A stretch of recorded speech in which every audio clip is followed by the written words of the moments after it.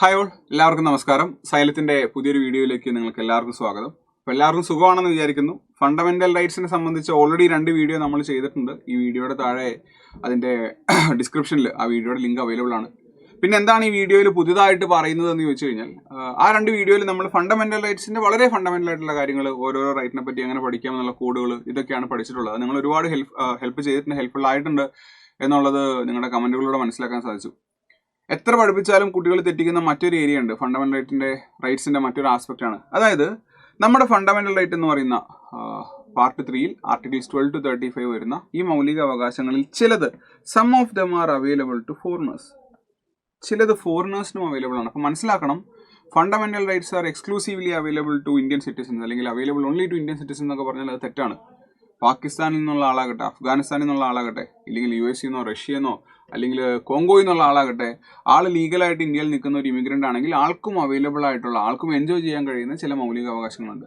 അപ്പോൾ ഈ ഒരു സാധനം കുട്ടികൾ മിക്കവാറും ഒക്കെ കാണാതെ പഠിക്കുന്നത്, അതുകൊണ്ട് തന്നെ അവരെ തെറ്റിക്കും. പക്ഷെ ഇത് റിപ്പീറ്റ് വാല്യുള്ള ഒരു ചോദ്യമാണ്. അപ്പോൾ 12 to 35 വരുന്ന ആ 12 മുതൽ 35 വരെ വരുന്ന മൗലിക അവകാശങ്ങളിൽ ഏതൊക്കെയാണ് ഫോറിനേഴ്സിന് അവൈലബിൾ ആയിട്ടുള്ളത് എന്നാണ് നമ്മളിപ്പോൾ പഠിക്കാനായിട്ട് പോകുന്നത്. കേട്ടോ?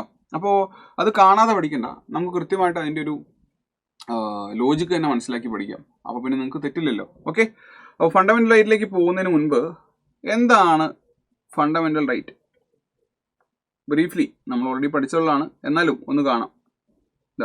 ഈ ഒരു കോൺസെപ്റ്റ് നിങ്ങൾ ആദ്യം മനസ്സിലാക്കണം കേട്ടോ. ഈ ഒരു കോൺസെപ്റ്റ് ആദ്യം മനസ്സിലാക്കണം. അതായത് ലോകത്തുള്ള 800 ചില്ലാനം കോടി ആളുകൾ മനുഷ്യന്മാർക്കുള്ള അവകാശമാണ് മനുഷ്യാവകാശം.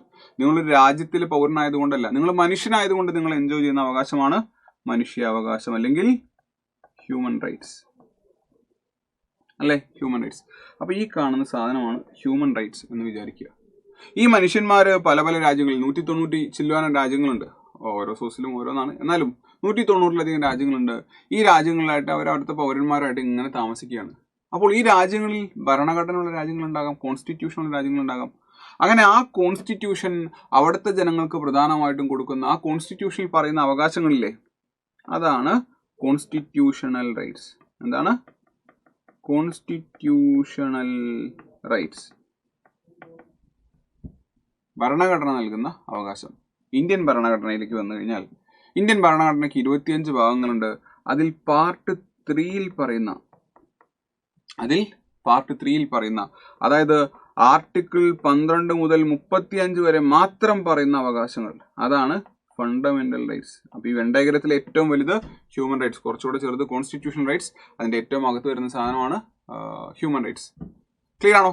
അപ്പോൾ ഹ്യൂമൻ റൈറ്റ്സിന്റെ ഫണ്ടമെന്റൽ റൈറ്റ്സ്, അതിന്റെ ആ ഒരു കോൺസെപ്റ്റ് മനസ്സിലായി എന്ന് വിചാരിക്കുന്നു. ഈ കോൺസ്റ്റിറ്റ്യൂഷനിലുള്ള അവകാശങ്ങളിൽ പലതും ഫോറിനേഴ്സിന് അവൈലബിൾ ആണ്.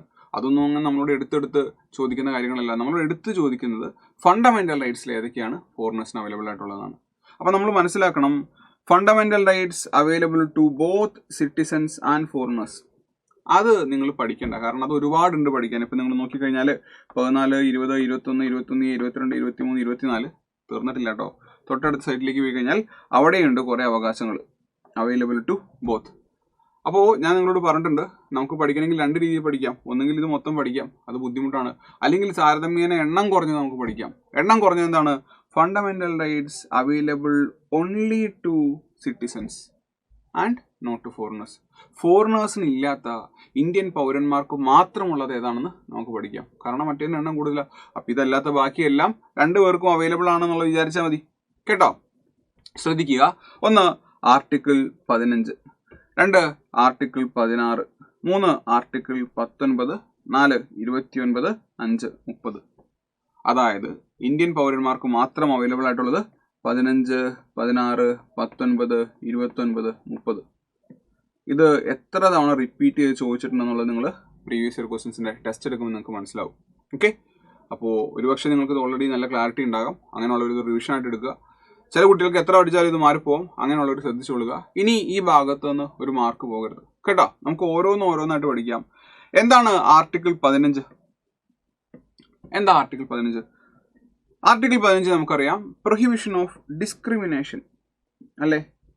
വിവേചനം പാടില്ല. എന്തിന്റെ അടിസ്ഥാനത്തിൽ? Religion, race, caste, sex place of birth, ചില ക്രൈറ്റീരിയ അവർ എടുത്തു പറഞ്ഞിട്ടുണ്ട്. മതത്തിന്റെ അടിസ്ഥാനത്തിൽ, ജാതിയുടെ അടിസ്ഥാനത്തിൽ, അല്ലെങ്കിൽ നിങ്ങളുടെ ഗോത്രത്തിന്റെ അടിസ്ഥാനത്തിൽ, അല്ലെങ്കിൽ ആണാണോ പെണ്ണാണോ നോക്കി, അല്ലെങ്കിൽ ജനിച്ച സ്ഥലത്തിന്റെ അടിസ്ഥാനത്തിൽ വിവേചനം പാടില്ല. നിങ്ങൾ എല്ലാവരും ഇന്ത്യക്കാരാണ് എന്നാ പറയുന്നത്. ഈ വിവേചനം എന്ന് പറയുമ്പോൾ നമ്മുടെ നാട്ടിലുണ്ടായിരുന്നോ?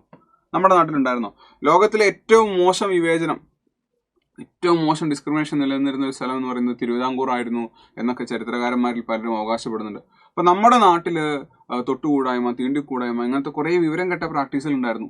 ഒരാൾ ഇന്ന സ്ഥലത്ത് അല്ലെങ്കിൽ ഇന്ന രീതിയിൽ ജനിച്ചു എന്നതിന്റെ പേരിൽ ത്രൂ ഔട്ട് അയാളുടെ മരണം വരെ, അല്ലെങ്കിൽ അയാളുടെ ഫാമിലിപ്പെട്ട എല്ലാവരും ഡിസ്ക്രിമിനേറ്റ് ചെയ്യുക എന്ന് പറയുന്ന വിവരം കെട്ട പ്രാക്ടീസ് ഇന്നും ആളുകൾ പ്രത്യക്ഷത്തിലില്ലെങ്കിലും പരോക്ഷമായിട്ടുണ്ട്. പ്രത്യക്ഷത്തിൽ കാണിച്ച അകത്തേക്ക് പോകും, അതുകൊണ്ടാണ് പ്രത്യക്ഷത്തിൽ കാണിക്കാത്തത്.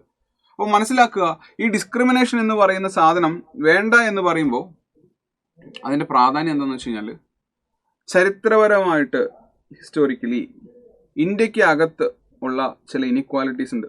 ഹിസ്റ്റോറിക്കൽ ഡൊമസ്റ്റിക് ഇനിക്വാലിറ്റീസ് നമുക്കറിയാം. ഋഗ്വേദ കാലഘട്ടത്തിൽ 10ാമത്തെ മണ്ഡലമായിട്ടുള്ള പുരുഷ സൂക്ത മന്ത്രം, ഈ 10ാമത്തെ മണ്ഡലത്തിലെ പുരുഷ സൂക്ത മന്ത്രത്തിലാണ് ചാതുർവർണ്ണ്യം ആദ്യമായിട്ട് പറയുന്നത്. അതിനുശേഷം ജാതി സിസ്റ്റം റിജിഡാകുന്നു. അതിനുശേഷം ഒരുപാട് ഡിസ്ക്രിമിനേഷൻസ് വരുന്നുണ്ട്. നമ്മുടെ നാട്ടിൽ മാത്രമല്ല ഈ ഡിസ്ക്രിമിനേഷൻ ഉള്ളത്, മതത്തിന്റെ അടിസ്ഥാനത്തിൽ. ഇപ്പൊ പാകിസ്ഥാനിലില്ലേ ഉണ്ട്, ബംഗ്ലാദേശിലില്ലേ ഉണ്ട്, US ഉണ്ടാവില്ലേ റേസിന്റെ അടിസ്ഥാനത്തിൽ ഉണ്ടാകാം. അപ്പൊ ഇതൊക്കെ ലോകത്ത് എല്ലായിടത്തും ഉള്ളതാണ്. എല്ലാവരുടെ കാര്യങ്ങളും നമുക്ക് നോക്കാനായിട്ട് പറ്റുമോ? അല്ലെങ്കിൽ നിങ്ങൾ ആലോചിച്ച് നോക്കൂ, ഇന്ത്യയിൽ വന്ന് താമസിക്കുന്ന ലീഗലായിട്ടുള്ള ഇമിഗ്രന്റ്, ആ വ്യക്തിക്ക് ഒരു രീതിയിലും ഈ ഡിസ്ക്രിമിനേഷൻ പാടില്ല എന്ന് നമുക്ക് പറയാൻ സാധിക്കില്ല. കാരണം ഈ പ്രൊവിഷൻ നമ്മൾ കൊണ്ടുവരാനുള്ള കാരണം എന്താ? നമ്മുടെ നാട്ടിലുള്ള ചരിത്രപരമായിട്ടുള്ള കാരണങ്ങളാണ്.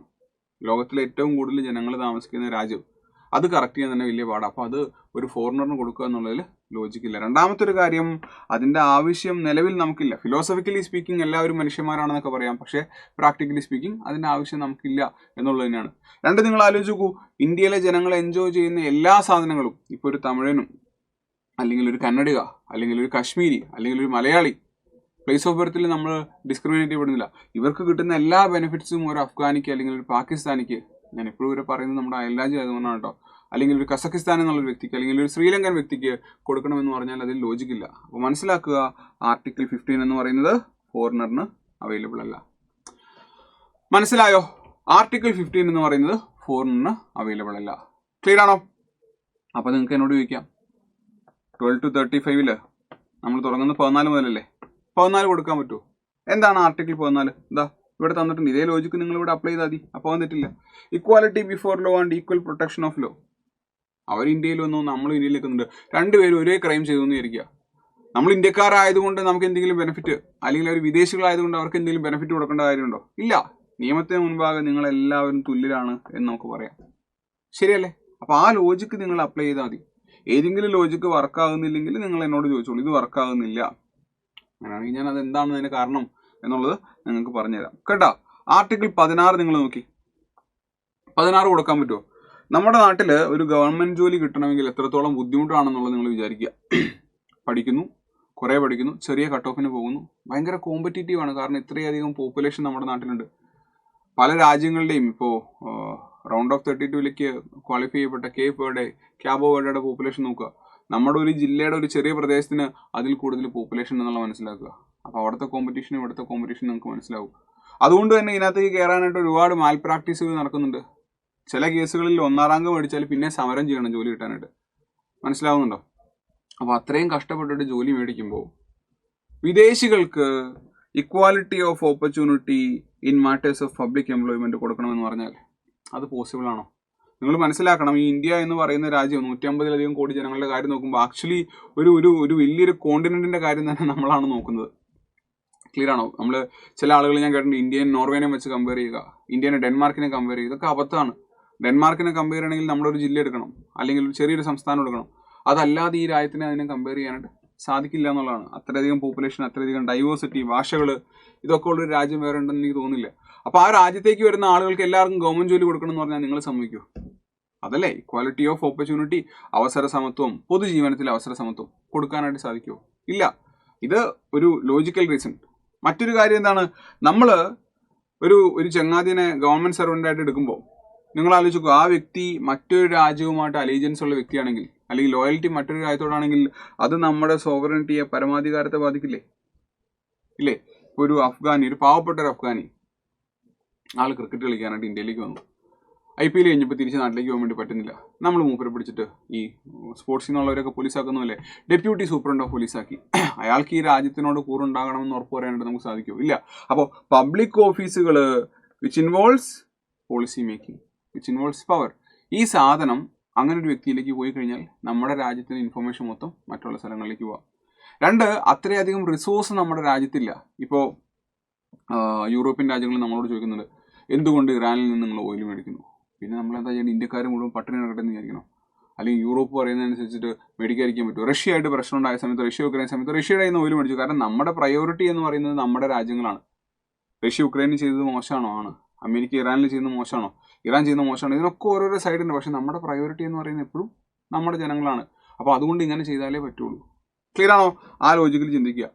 പിന്നെ നമ്മുടെ നാട്ടിൽ തന്നെ ഡിസ്പ്യൂട്ടഡ് ആയിട്ടുള്ളൊരു കാര്യമാണ് റിസർവേഷൻ.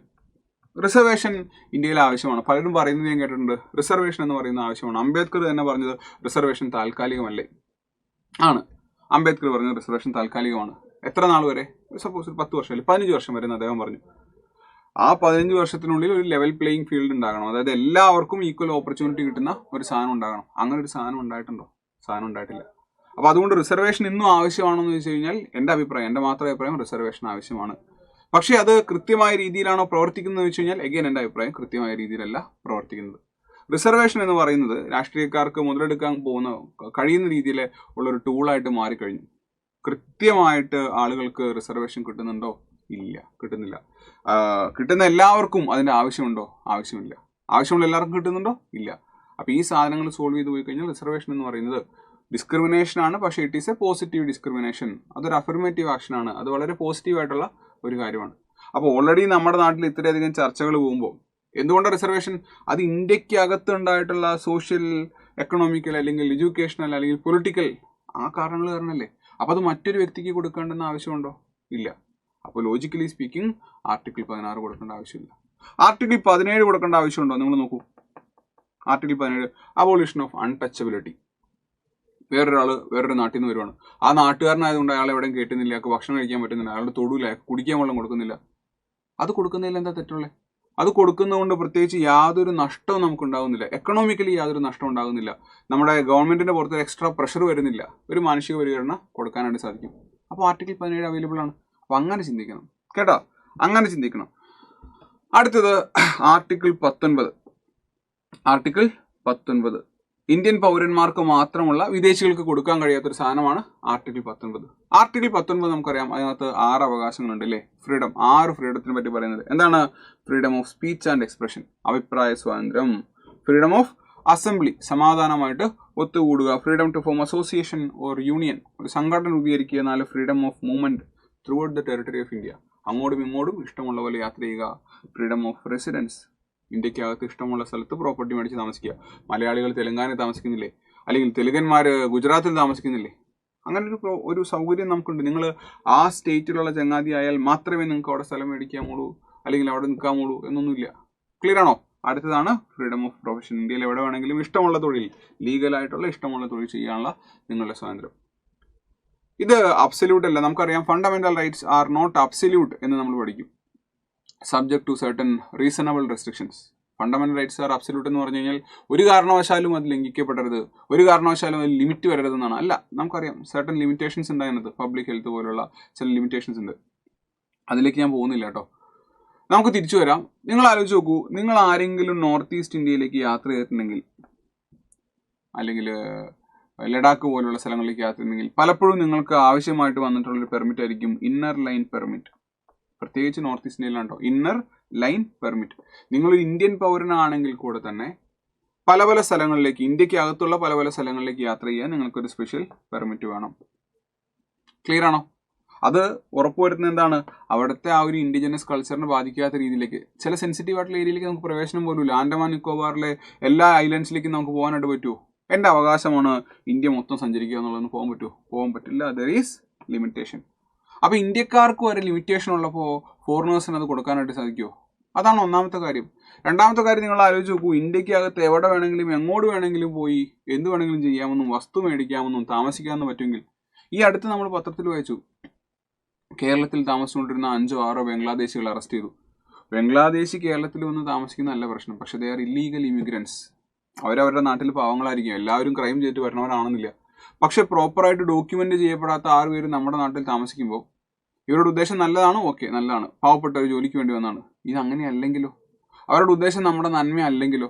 പ്രോപ്പറായിട്ട് ഡോക്യുമെന്റ് ചെയ്യപ്പെടാത്ത വ്യക്തികൾ, ഒരു ക്രൈം ചെയ്തിട്ട് പോയി കഴിഞ്ഞാൽ ഒരിക്കലും നമുക്ക് ട്രേസ് ചെയ്യാൻ പറ്റാത്ത ആളുകൾ, ഇതൊക്കെ നമ്മുടെ സെക്യൂരിറ്റിയെ ബാധിക്കും, ഇന്ത്യയുടെ ഇന്റഗ്രിറ്റിയെ ബാധിക്കും, ഇന്ത്യയുടെ ഐക്യത്തിനെ, അഖണ്ഡതയെ ബാധിക്കും. അങ്ങനെ ബാധിച്ചിട്ടുള്ള കാര്യങ്ങളില്ലേ നമ്മുടെ നാട്ടിൽ?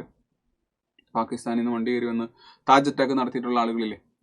അപ്പോൾ അജ്മൽ അമീർ കസവ് പറയുകയാണ് ഇത് എൻ്റെ അവകാശമാണ്, ഞാൻ ഫോറിനറാണ്, നിങ്ങളുടെ ഭരണഘടന പറഞ്ഞിട്ടുണ്ട്, അതിൽ ലോജിക്കുണ്ടോ? അപ്പോൾ ഇത് മാത്രമല്ല ഞാൻ പറയുന്ന കാര്യം, ഏറ്റവും ഫണ്ടമെന്റൽ കാര്യം എന്ന് പറഞ്ഞാൽ ഇത് കൊടുക്കേണ്ട ആവശ്യം നമുക്കില്ല. 2, ഇന്ത്യയുടെ സെക്യൂരിറ്റിയെ ബാധിക്കും, ഇന്ത്യയുടെ സോവറിറ്റിയെ ബാധിക്കും, കൊടുക്കേണ്ട ആവശ്യമില്ല, റിസ്ക് എടുക്കേണ്ട ആവശ്യമില്ല. 3, അത്ര കൊടുക്കുക എന്നുള്ളത് പോസിബിൾ അല്ല, അങ്ങനെ കൊടുക്കുന്ന ലോകത്തൊരു രാജ്യമില്ല. ക്ലിയർ ആണോ? അപ്പം നമ്മൾ എന്തൊക്കെയാണ് പഠിച്ചത്? നമ്മൾ പഠിച്ചത് മനസ്സിലായെന്ന് വിചാരിക്കുന്നു.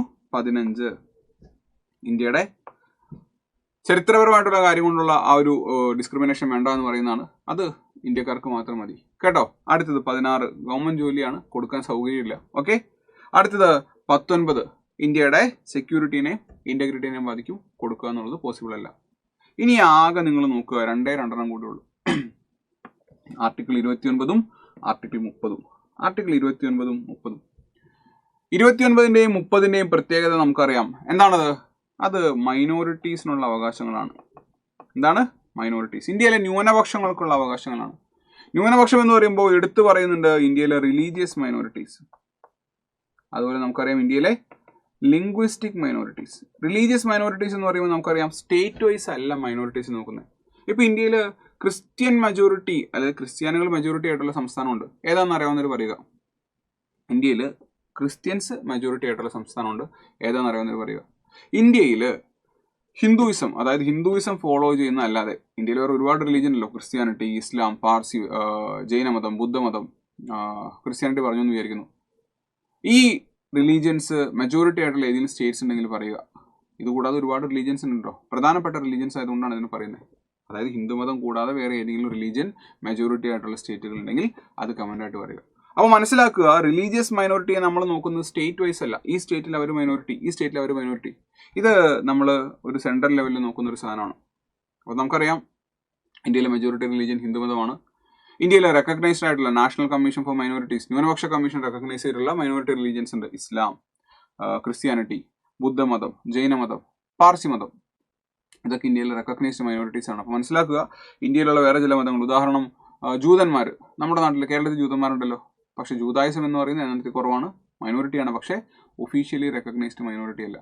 എന്നാൽ ഇതുപോലെയല്ല ലിംഗ്വിസ്റ്റിക് മൈനോറിറ്റീസ് എന്ന് പറയുന്നത്. ലിംഗ്വിസ്റ്റിക് മൈനോറിറ്റീസ് എന്ന് പറയുന്നത് ഇന്ത്യക്ക് ഇത്രയും ഡൈവേഴ്സിറ്റി ഉള്ളതുകൊണ്ട് കർണാടകയിൽ താമസിക്കുന്ന തമിഴ്നാടുകാരൻ, അല്ലെങ്കിൽ തമിഴ്നാട്ടിൽ താമസിക്കുന്ന ഗുജറാത്തി, അല്ലെങ്കിൽ മധ്യപ്രദേശിൽ താമസിക്കുന്ന മലയാളി, ഇവരൊക്കെ എന്താണ്? ലിംഗ്വിസ്റ്റിക് മൈനോറിറ്റീസ് ആണ്. അപ്പോൾ അവർക്കും അവരുടേതായിട്ടുള്ള അവകാശങ്ങളുണ്ട്. നമുക്കറിയാം കേരള PSC നടത്തുന്ന പരീക്ഷയിൽ മലയാളം എന്നുള്ള ഒരു ഏരിയ വരുമ്പോൾ പരീക്ഷയ്ക്ക് അപ്ലൈ ചെയ്യുന്ന സമയത്ത് നമ്മളോട് ചോദിക്കും ഏതാണ് പ്രിഫേർഡ് ലാംഗ്വേജ്, മലയാളം വേണോ, കന്നഡ വേണോ, തമിഴ് വേണോ? കാരണം ബോർഡറിങ് ഏരിയയിലുള്ളവർ മലയാളത്തേക്കാൾ കൂടുതൽ ഈ ഭാഷയിൽ ഡിപ്പെൻഡ് ചെയ്യുന്ന ആളുകളുണ്ടാവും, അവർ ലിംഗ്വിസ്റ്റിക് മൈനോറിറ്റീസ് ആണ്. ക്ലിയർ ആണോ? എന്നാൽ ആർട്ടിക്കിൾ 29ഉം 30ഉം പറയുന്ന എല്ലാ അവകാശങ്ങളും ഇന്ത്യക്കാർക്ക് നമുക്ക് കൊടുക്കണം. കാരണം 956 ഭാഷയുടെ അടിസ്ഥാനത്തിൽ സ്റ്റേറ്റ് റീഓർഗനൈസേഷൻ നടന്നപ്പോഴാണ് അങ്ങോട്ടും ഇങ്ങോട്ടും ഒക്കെ തിരിഞ്ഞത്. അല്ലെങ്കിൽ അതിന് മുന്നേ എല്ലാവരും ഒരുപോലെയായിരുന്നു. അപ്പോൾ ഇന്ത്യക്ക് അകത്തുള്ള ലിംഗ്വിസ്റ്റിക് മൈനോറിറ്റീസിന് എല്ലാ അവകാശങ്ങളും നമ്മൾ കൊടുക്കുന്നുണ്ട്. പക്ഷേ ഇത് ഫോറിനേഴ്സിന് കൊടുക്കാനായിട്ട് സാധിക്കുമോ? എന്താ article 29? Protection of language, script, culture of minorities. നിങ്ങൾ ആലോചിച്ച് നോക്കൂ, ആകെ നമ്മൾ ഒഫീഷ്യൽ ലാംഗ്വേജ് ആയിട്ട് പറയുന്നത് 8th ഷെഡ്യൂൾ 22 ഭാഷകളാണ്. ആയിരക്കണക്കിന് ഭാഷകൾ നമ്മുടെ നാട്ടിലുണ്ട്, ലിപി ഉള്ളതും ഇല്ലാത്തതും. 11 ക്ലാസിക്കൽ ഭാഷകൾ, ക്ലാസിക്കൽ ലാംഗ്വേജ് ആണുള്ളത്. അപ്പം നമ്മുടെ നാട്ടിലുള്ള ഭാഷകളോ സ്ക്രിപ്റ്റുകളോ തന്നെ പ്രൊട്ടക്ട് ചെയ്യാനായിട്ട് നമുക്ക് സാധിക്കുന്നില്ല. അപ്പോൾ തുളു ഭാഷ ഒഫീഷ്യൽ ലാംഗ്വേജിലേക്ക് വന്നിട്ടില്ല. തുളുവിനെയൊക്കെ പ്രൊട്ടക്ട് ചെയ്യുക എന്നുള്ള ബുദ്ധിമുട്ടാണ്. തുളുവിന് സ്ക്രിപ്റ്റ് ഉണ്ടോ, ലിപി ഉണ്ടോ ഇല്ലയോ എന്നുള്ളത് നിങ്ങൾ നോക്കൂ. ലിപി ഇല്ലെങ്കിൽ, നമുക്ക് എഴുതുന്ന സാധനങ്ങൾ ഇല്ലെങ്കിൽ അതിനെ പ്രൊട്ടക്ട് ചെയ്യുക എന്നുള്ളത് ബുദ്ധിമുട്ടാണ്. അപ്പോൾ ഓരോ ഭാഷയും ലിപിയും മറ്റുമായിട്ട് ബന്ധപ്പെട്ടിട്ട് അവരുടെ സംസ്കാരം. അപ്പോൾ വിദേശികൾ വരുമ്പോൾ, ഇപ്പോൾ പാകിസ്ഥാനിൽ നിന്ന് ഇന്ത്യയിലേക്ക് വരുന്നൊരു കൂട്ടം ആളുകൾ, അങ്ങനെ ഇന്ത്യയിൽ വന്ന് ലീഗലായിട്ട് നിൽക്കുന്ന ഒരു കൂട്ടം ഇമിഗ്രൻസ്, ഈ വ്യക്തികൾക്ക് അവരുടെ ഭാഷ, അവരുടെ കൾച്ചർ, ഉറുദു ആയതുകൊണ്ട് ഓക്കെ, ഉറുദു ഇവിടെയുണ്ട്, പാകിസ്ഥാൻ നമുക്ക് എടുക്കേണ്ട, കുറച്ചുകൂടെ അപ്പുറത്തേക്ക് നമുക്ക് പോകാം, സെൻട്രൽ ഏഷ്യയിലേക്ക് പോകാം, നമുക്ക് മംഗോളിയ ഭാഗത്തേക്ക് നമുക്ക് പോകാം, അല്ലെങ്കിൽ നമുക്ക് പേർഷ്യയിലേക്ക്, ഇറാനിലേക്ക് നമുക്ക് പോകാം. അല്ലെങ്കിൽ കുറേ കൂടെ ദൂരത്തേക്ക് നമുക്ക് പോകാം. അപ്പം ഇതൊക്കെ പ്രൊട്ടക്റ്റ് ചെയ്യുക എന്നുള്ളത് പോസിബിൾ ആണോ? പോസിബിൾ അല്ല. അതിനുള്ള റിസോഴ്സ് നമ്മുടെ കയ്യിലില്ല. അത് ചെയ്യേണ്ട ആവശ്യവും ഇല്ല എന്നുള്ളത് മനസ്സിലാക്കണം. അടുത്തത്, അത് ചെയ്യേണ്ട ആവശ്യമില്ല എന്ന് ഞാൻ പറയുമ്പോൾ നിങ്ങളൊരു ക്രൂരനാണെന്നൊക്കെ വിചാരിക്കരുത്. നമ്മൾ പ്രാക്ടിക്കലായിട്ട് സംസാരിക്കുക. നമ്മളിപ്പോൾ ഇന്ത്യയിൽ നിന്ന് തന്നെ തുടങ്ങിയ ഒരു ആശയമാണ് വസുദൈവ കുടുംബകം, the world is one family. G20 സമ്മിറ്റിന് ഇന്ത്യ ഹോസ്റ്റ് ചെയ്തപ്പോഴും വസുദൈവ കുടുംബകമായിരുന്നു അതിൻ്റെ തീം. വസുദൈവ കുടുംബകം ഏതെങ്കിലും വേദത്തിൻ്റെ ഭാഗമാണെങ്കിൽ അത് ഏത് ഭാഗമാണ്, ഏത് വേദമാണ്, ഏതെങ്കിലും ഉപനിഷത്തിൻ്റെ ഭാഗമാണെങ്കിൽ അത് ഏത് ഉപനിഷത്താണെന്നുള്ളത് കമൻ്റായിട്ട് പറയുക. നമ്മുടെ പ്രീവിയസ് ക്വസ്റ്റ്യൻ ആണ്. അപ്പോൾ ഫിലോസഫിക്കലി അങ്ങനെ നമുക്ക് പറയാം. അതല്ലാതെ നമുക്ക് പറയാനായിട്ട് സാധിക്കുമോ? മനുഷ്യാവകാശം എല്ലാവർക്കും ഉള്ളതാണ്. മനുഷ്യാവകാശത്തിനെ സംബന്ധിക്കുന്ന ഏറ്റവും പ്രധാനപ്പെട്ട ഡോക്യുമെന്റ് നമുക്ക് ഒരുപാട് പ്രീവിയസ് ക്വസ്റ്റ്യൻസ് വന്നിട്ടുള്ളത് the universal declaration of human rights ആണ്. Universal declaration of human rights അത് ഏതെങ്കിലും ഒരു രാജ്യം പാസ്സാക്കിയതല്ല. സകലമാന രാജ്യങ്ങളും, അതായത് മനുഷ്യന്മാരെല്ലാവരും കൂടി ചേരുന്ന മനുഷ്യന്മാരുടെ ഒരു സംഘടന. ഏതാണ്? ഐക്യരാഷ്ട്രസഭ, യുണൈറ്റഡ് നേഷൻസ്. വർഷം 1948 അത് ഒരു പെർട്ടിക്കുലർ ദിവസം ഈ ഡിക്ലറേഷൻ ഓഫ് ഹ്യൂമൻ റൈറ്റ്സ് പാസ്സാക്കി. അവർക്ക് പറയാം, കാരണം അവരുടെ ജോലി അതാണ്, എല്ലാവരും ഒരുപോലെയാണെന്ന് പറയലാണ്. ആ പാസ്സാക്കിയ ദിവസം അത് ഏതാണെന്ന് നോക്കുക. ഇന്ന് എങ്ങനെയാണ് നമ്മൾ ആ ദിവസത്തിന് ഒബ്സർവ് ചെയ്യുന്നത്? ദിവസങ്ങളും അതിന്റെ പ്രാധാന്യം പരീക്ഷയ്ക്ക് വയ്ക്കാറില്ലേ? ഈ universal declaration of human rights പാസ്സാക്കിയ ദിവസം നോക്കുക. ഇന്ന് അതിനെ എങ്ങനെയാണ് നമ്മൾ ലോകം ഒബ്സർവ് ചെയ്യുന്നത് എന്നുള്ളത് നോക്കുക. അപ്പോൾ അവർക്കത് പറയാം. പക്ഷെ അതുപോലെ നമ്മൾ ചെയ്യുന്നുണ്ടോ?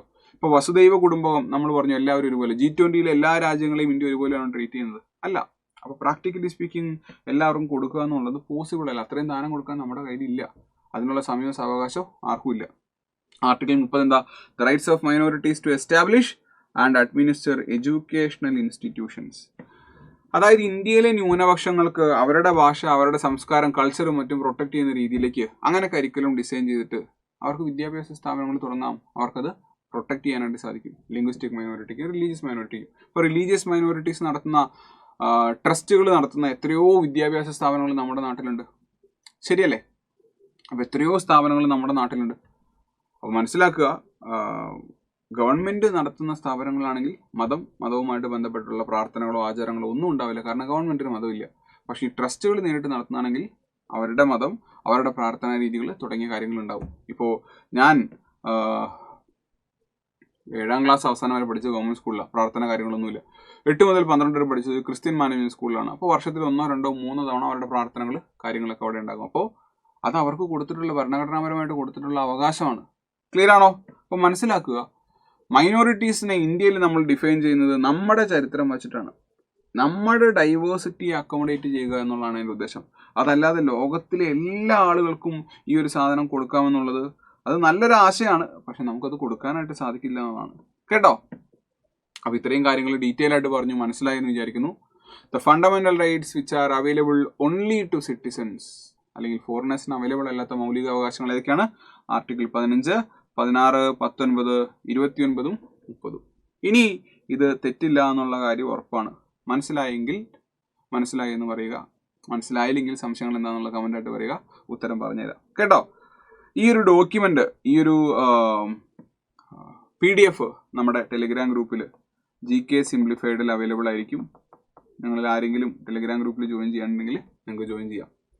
മറ്റൊരു കാര്യം പറയാനുള്ളത്, SSC CGL പരീക്ഷ ഓഗസ്റ്റ് അവസാനം സെപ്റ്റംബറിലായിട്ട് നമുക്കുണ്ടാകും. അപ്പോൾ ഏറ്റവും എഫക്റ്റീവ് റിവിഷനായിട്ട് നിങ്ങളിൽ പലർക്കും അറിയാം, നമ്മൾ തുടങ്ങിയിട്ടുള്ള ബാച്ചാണ് CGLൻ്റെ സ്മാർട്ട് റിവിഷൻ ബാച്ച്. അപ്പോൾ ജൂൺ മാസം 12 നമ്മൾ ക്ലാസ്സുകൾ ആരംഭിച്ചു. നമ്മളുടെ റെഗുലർ ക്ലാസ്സുകളിൽ അവൈലബിൾ ആയിട്ടുള്ള എല്ലാ വിഷയങ്ങളുടെയും പ്രോപ്പറായിട്ട് അറേഞ്ച് ചെയ്ത റെക്കോർഡഡ് ക്ലാസ്സുകൾ ഈ ബാച്ചിൽ അവൈലബിൾ ആയിരിക്കും. ആ റെക്കോർഡഡ് ക്ലാസ്സുകൾ കൃത്യമായിട്ട് കണ്ടിട്ട് 150 മണിക്കൂറിലധികം വരുന്ന ലൈവ് ക്ലാസ്സുകളിൽ നിങ്ങൾക്ക് പാർട്ടിസിപ്പേറ്റ് ചെയ്യാം. അപ്പോൾ റെക്കോർഡ് ക്ലാസ് കൃത്യമായിട്ട് കാണുന്നു, ലൈവ് ക്ലാസ്സുകളിൽ അതിൻ്റെ റിവിഷൻ നടക്കുന്നു. ഇത് കൂടാതെ നമ്മുടെ ആപ്പിൽ ഇപ്പോഴത്തെ ലേറ്റസ്റ്റ് പാറ്റേൺ അനുസരിച്ച് സെക്ഷണൽ ടൈമറുള്ള 20ലധികം ഫുൾ മോക്ക് ടെസ്റ്റുകൾ അവൈലബിൾ ആണ്. ആ ടെസ്റ്റുകൾ എടുക്കുക, അടിപൊളിയായിട്ട് പഠിക്കുക, PYQ ഡിസ്കഷനിൽ പാർട്ടിസിപ്പേറ്റ് ചെയ്യുക. ഡൗട്ടുകളൊക്കെ കൃത്യമായിട്ട് വൃത്തിക്ക് ക്ലിയർ ചെയ്യുക. നല്ലപോലെ പഠിക്കണം കേട്ടോ. ഈ ബാച്ചിൽ ജോയിൻ ചെയ്യാനായിട്ട് നിങ്ങൾ ഈ ഒരു നമ്പറിൽ വിളിച്ചിട്ട് നിങ്ങളുടെ സംശയങ്ങളോ മറ്റു കാര്യങ്ങളോ ചോദിക്കാം. ഇല്ലെങ്കിൽ സൈലത്തിൻ്റെ ആപ്ലിക്കേഷനിൽ പോയി SSC സെലക്ട് ചെയ്ത് ഈ ബാച്ച് അങ്ങനെ നോക്കാം. ബാച്ചിൻ്റെ വില വരുന്നത് 1499 രൂപയാണ്. പരീക്ഷ കഴിയുന്നത് വരെ നിങ്ങൾക്ക് ഈ ഒരു ബാച്ചിൻ്റെ വാലിഡിറ്റി ഉണ്ടാവും കേട്ടോ. അപ്പോൾ ഇത്രയും കാര്യങ്ങൾ മനസ്സിലായി എന്ന് വിചാരിക്കുന്നു. പഠനം നല്ലപോലെ പോകുന്നുണ്ടെന്ന് വിചാരിക്കുന്നു. വേറെ ഏതാണ് വീഡിയോ വേണ്ടത് എന്നുള്ളത് പറയുക. ഏറ്റവും കൂടുതൽ കുട്ടികൾ പറയുന്ന വീഡിയോ നിർബന്ധമായിട്ടും നമ്മൾ ചെയ്യാം, ഉറപ്പായിട്ടും നമ്മൾ ചെയ്തിരിക്കും. റെഡി? അപ്പോൾ അടിപൊളിയായിട്ട് പഠിക്കുക. All the best. നല്ലപോലെ പഠിക്കണം, മോക്ക് ടെസ്റ്റ് എടുക്കണം, നല്ലപോലെ അനാലിസിസ് നടത്തണം. എത്രയും പെട്ടെന്ന് ഇഷ്ടമുള്ള ജോലിയിലേക്ക് എത്താൻ നിങ്ങൾക്ക് സാധിക്കട്ടെ. മറ്റൊരു സെഷനിൽ വീണ്ടും കാണാം. ബൈ.